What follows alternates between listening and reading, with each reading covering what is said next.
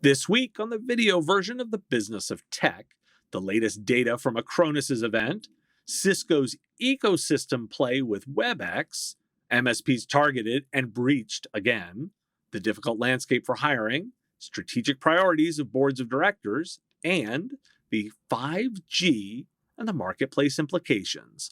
All that and more. Hit like and subscribe, and here are this week's stories.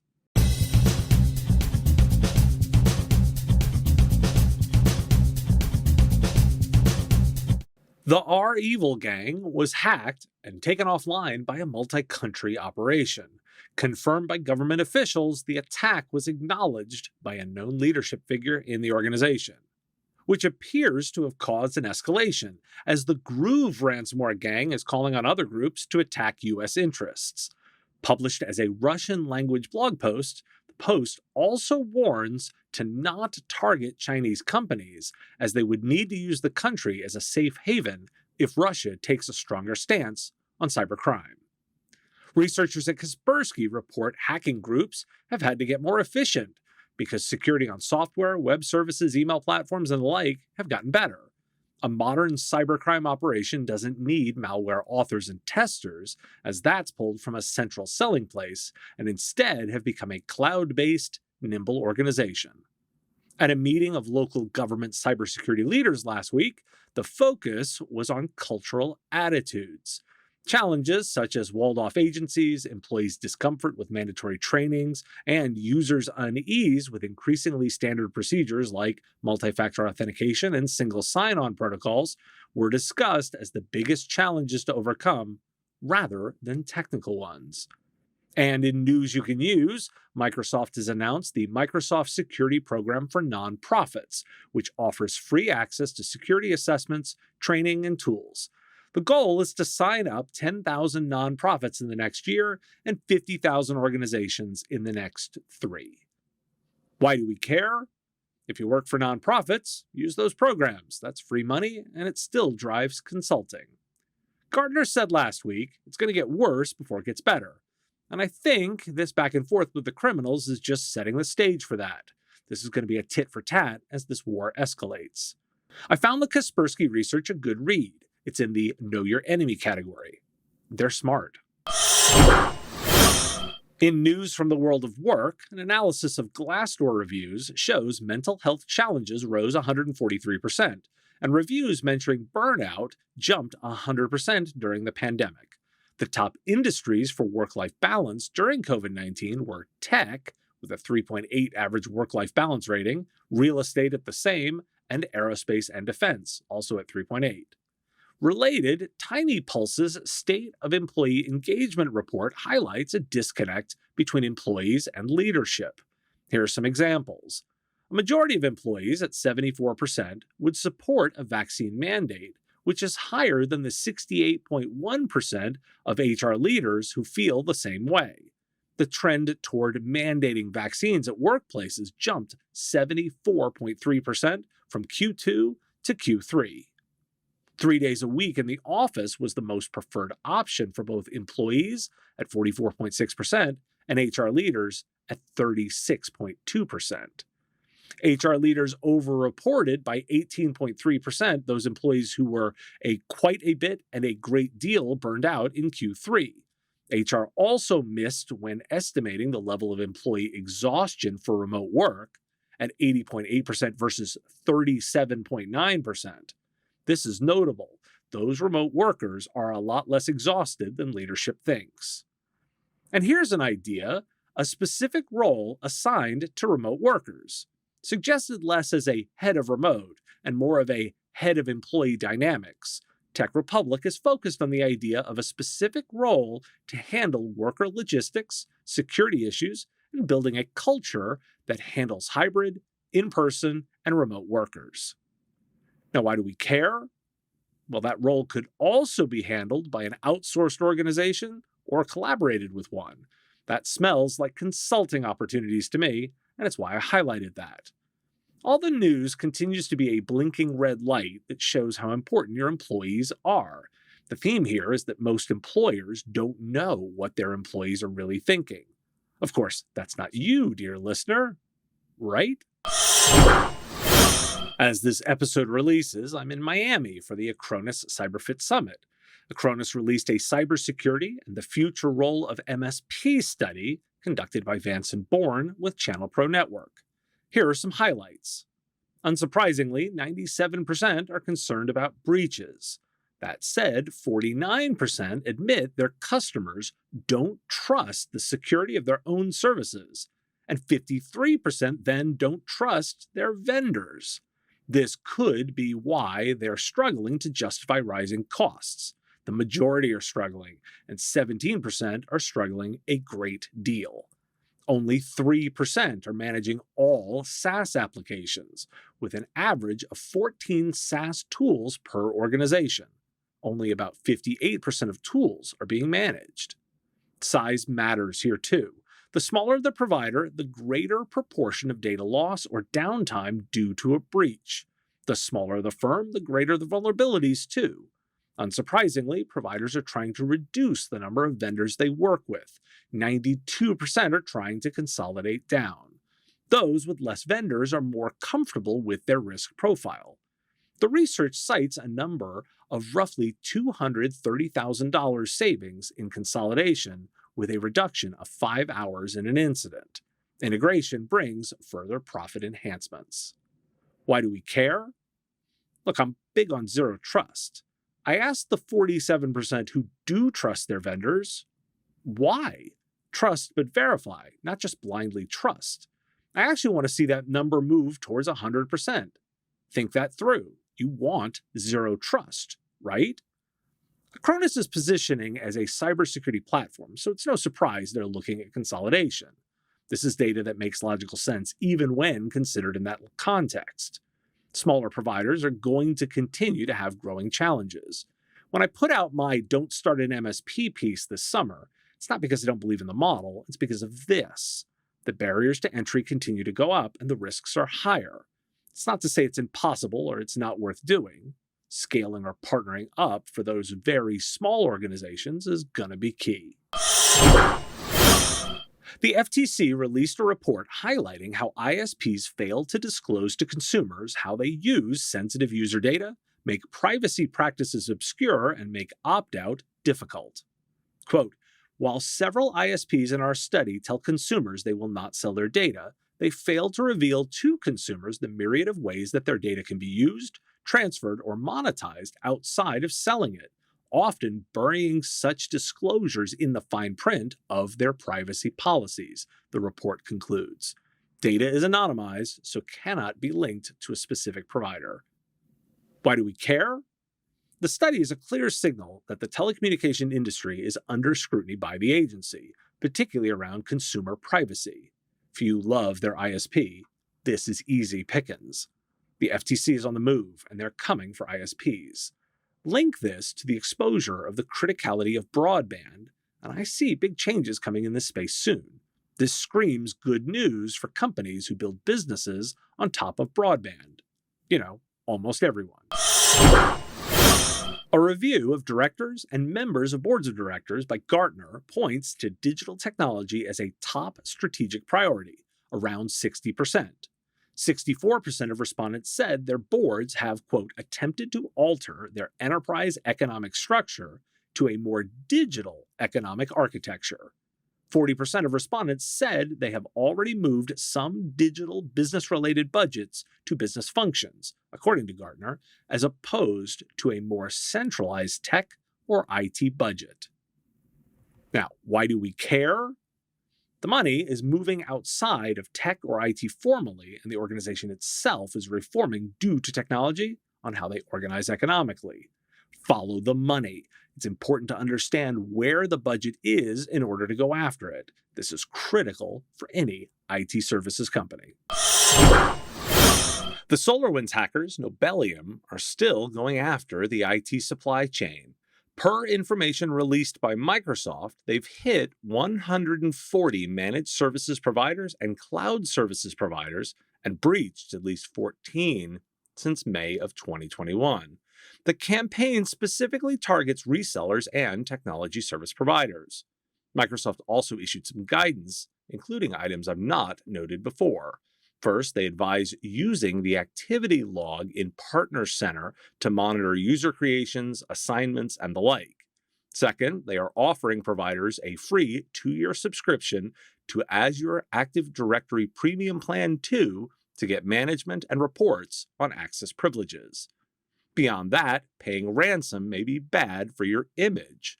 Survey results from Cohesity say that 81% were aware of the recent attacks, Colonial Pipeline, Kaseya, SolarWinds, and more than half say paying the ransom encourages more ransomware. 43% believe it increases prices, and 40% do not believe organizations should pay. 23% would stop doing business with that company, and 48% said they'd give this a lot of thought. Research by Deloitte says that 98% of U.S. executives have come across at least one cybersecurity event. The number is 84% internationally. There's also a corresponding uptick in attack attempts. 86% of U.S. executives noticed, compared to 63% worldwide. That said, only 41% of organizations have implemented solutions to track and monitor the risk factors associated with staff access and behavior. Some good news in all this: CISA is investing $2 million in training new cybersecurity professionals through training veterans, military spouses, women, and people of color for positions. Now, why do we care? That note from Microsoft seems like a key feature for a monitoring tool, particularly since there's an API for this. Just saying, I bet some product manager somewhere is listening. The main story is another version of an actually familiar headline. IT service providers and managed services providers, you are being explicitly targeted, and this time by nation states. I've been thinking about the parallels of cybercrime with physical crime again recently. If armed gangs of international criminals are actively breaking into businesses under the cover of another country's government, why is our response just to buy better locks for the store? Aren't the lockmakers simply better served by this answer? Think of the parallel here some more. Imagine a physical world where roving gangs are constantly banging at the door and moving unimpeded. Because that's what the US is currently accepting. I'm pondering this framing right now, which is why we care. Think you know PC Matic? Think again. PC Matic is working with MSPs to deliver true zero-trust, default-deny endpoint security, allowing only trusted applications and blocking all the rest. A lightweight, simple-to-deploy, and easy-to-manage approach to application allow listing. Layering a default deny approach provides MSPs of all sizes the ability to focus again on prevention, and PC Matic delivers this without impacting performance or efficiency. Find out more by visiting PCMatic.com/MSP and ask about their exclusive lead sharing program backed by a primetime national TV campaign. Looks like Kentucky has the most quitters in the US from jobs. Big drops in warehousing and transportation are to blame. The lowest quits rate is in DC. That said, everywhere has quitters. I included a link if you want to dig in further. Also from the world of work, some data around the pay for tech jobs via Hired. There is regionalization to pay, with Philly and Chicago as lower tiers versus tech hubs like Austin, San Diego, and DC. 52% of tech workers surveyed by Hired said they preferred a remote-first working model, and 74% of tech workers said they'd start looking for new jobs if their salaries didn't increase or if they were denied raises in 6 months. Broadly, pay is going up in the search for talent.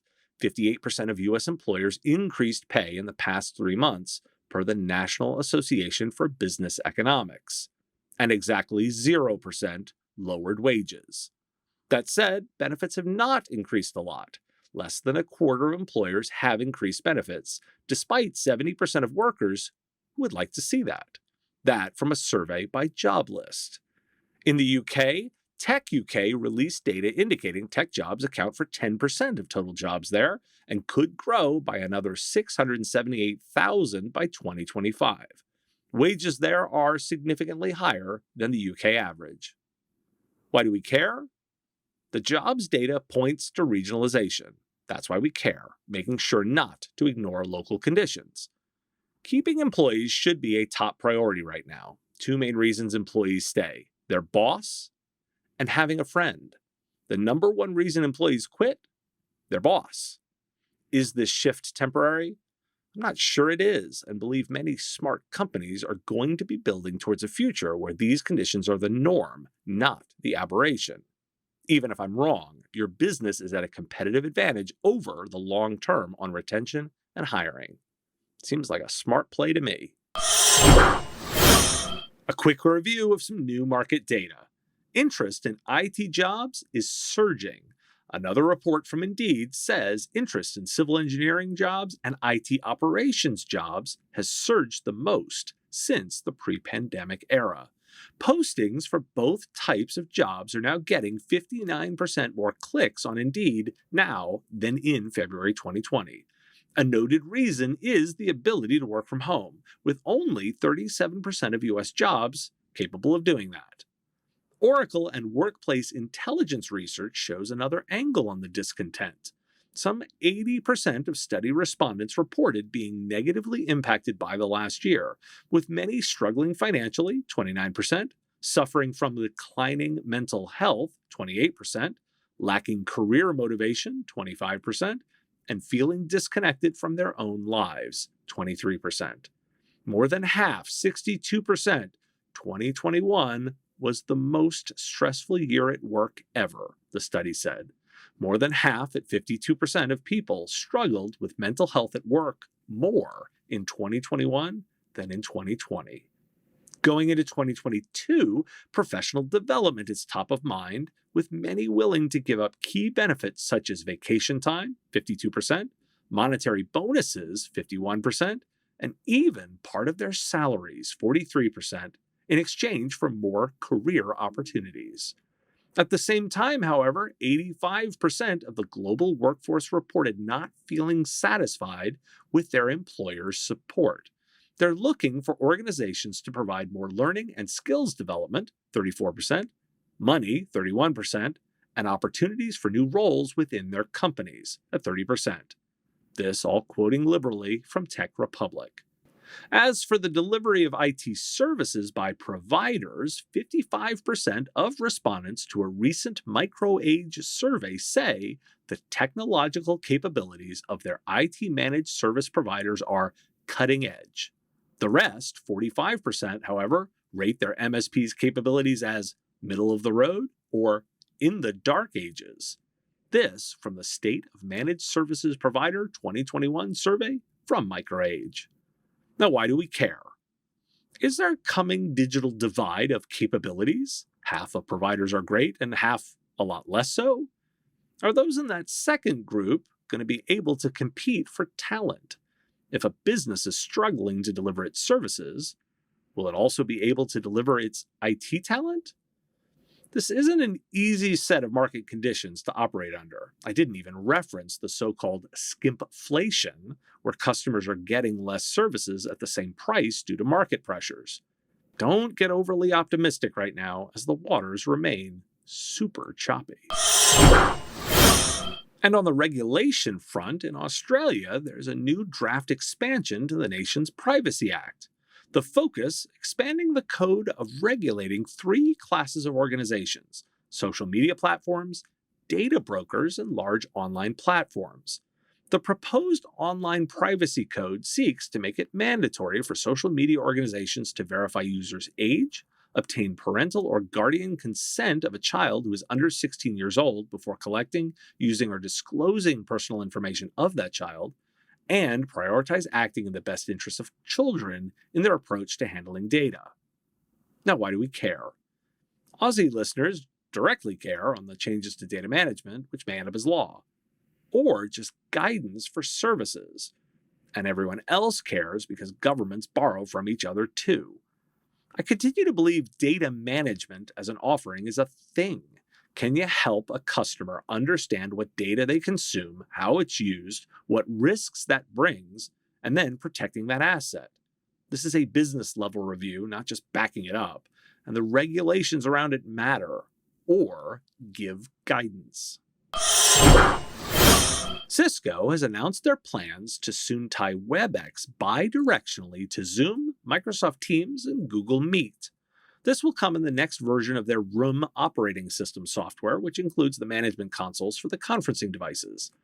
They aren't the first. HP last week introduced their Presence systems with native support for Zoom and Teams. Why do we care? Cisco is going open ecosystem on their devices. It shows the power of those work tools and also a clear signal they aren't winning against communication rivals. We didn't WebEx through the pandemic, and only Zoom became a verb. I'm a believer in open ecosystems, and Cisco's embrace of the approach is a signal to the importance of the work layer for companies. It's a smart move. They want their hardware in that space and don't want to be left out. Neither should you.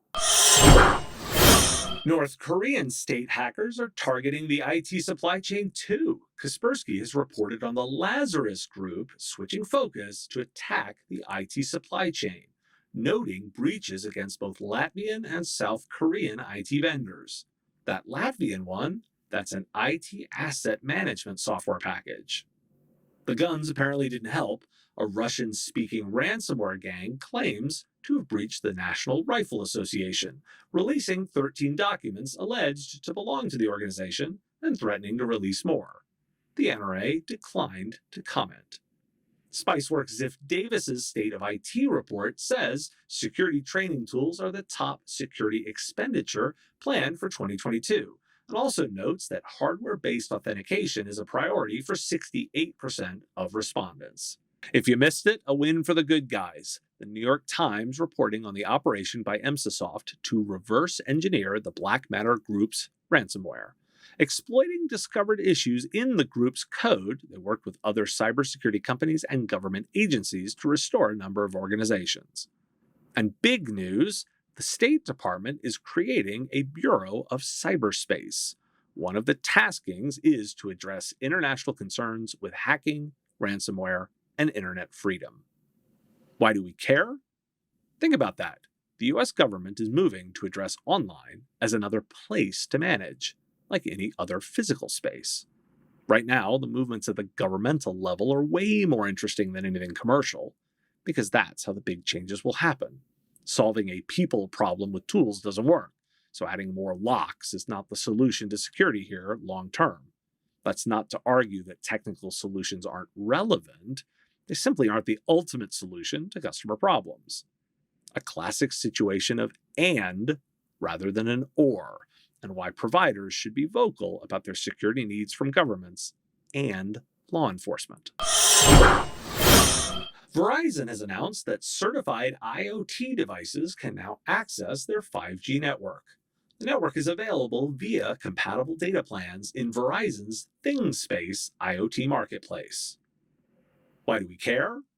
Two major reasons. First, the 5G promise is slowly arriving. Devices can go right on the internet, not requiring a network infrastructure beneath them. Second, marketplaces. This is one of Jay McBain at Forrester's big themes, how the delivery of services in marketplaces is changing the industry. Well, here's an example of how it's happening. Want to put your device on the internet in this manner? It takes a marketplace. Evolutionary steps in the changes predicted. The predicted future isn't here, but it moved just a step closer with this. Is your company ethical? Deloitte asked tech professionals about their companies, and 82% strongly agreed their company was ethical. In the same survey, only 24% strongly agreed that the tech industry takes an ethical approach to the product and services that it creates. Quoting Tech Republic, according to the report, tech companies will have to make these changes to improve their ethical standings, changing long-established mindsets that have been historically beneficial, discussing the trade-offs between efficiency and performance and a more ethical approach, balancing existing revenue streams with strong ethical practices, changing the software engineering process, investing more money and time in the product development to understand unintended consequences, and identifying new ways to evaluate and reward project teams. Why do we care? I believe there's a competitive advantage in this approach. Other data about the feelings of millennials and Gen Z, future customers, leaders, and business owners, care a lot about these issues. There's space to become really good at this, with transparency and ethics driving profit. Some good weekend reading right here. Thanks for tuning in to This Week in the Business of Tech. Shows come out each week, pulling together the daily podcast. If you like this show, please hit that like button and subscribe to the channel. The content is here because of supporters like you. If you want access to shows early, answers to your questions, and private interactions, join our Patreon. It's pay what you want. You decide what the content is worth. Join at patreon.com/MSP Radio.